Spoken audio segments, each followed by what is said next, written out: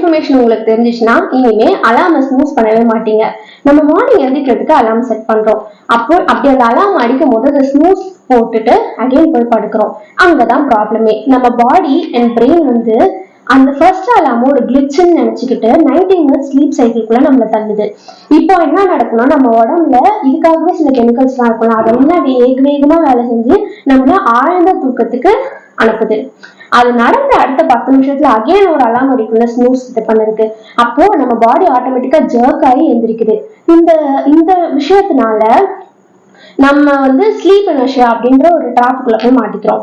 இந்த டிராப்ல எப்படி இருக்கும் அப்படின்னு சொன்னா ஒரு மந்தமான நிலைமை, இல்ல கன்ஃபியூஸ்டா எதுவுமே கான்சென்ட்ரேட் பண்ண முடியாத மாதிரி ஒரு ஜாம்பிய மாதிரியான ஒரு ஸ்டேட்டுக்கு போயிடுறோம்.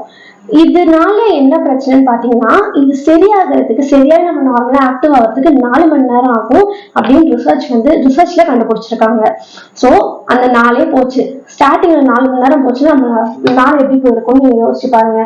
சோ இனிமே ஸ்னூஸ்ல போடாம அலாம் அடிச்ச உடனே டப்புன்னு எழுச்சிங்கன்னா எனர்ஜெட்டிக்கா அந்த 4 மணிக்கு வேற லெவல்ல போகும்.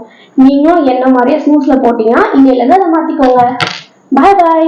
இந்த மாதிரி இன்ட்ரெஸ்டிங் இன்ஃபர்மேஷன் தெரியணும்னா மறக்காம சேனலை சப்ஸ்கிரைப் பண்ணிடுங்க.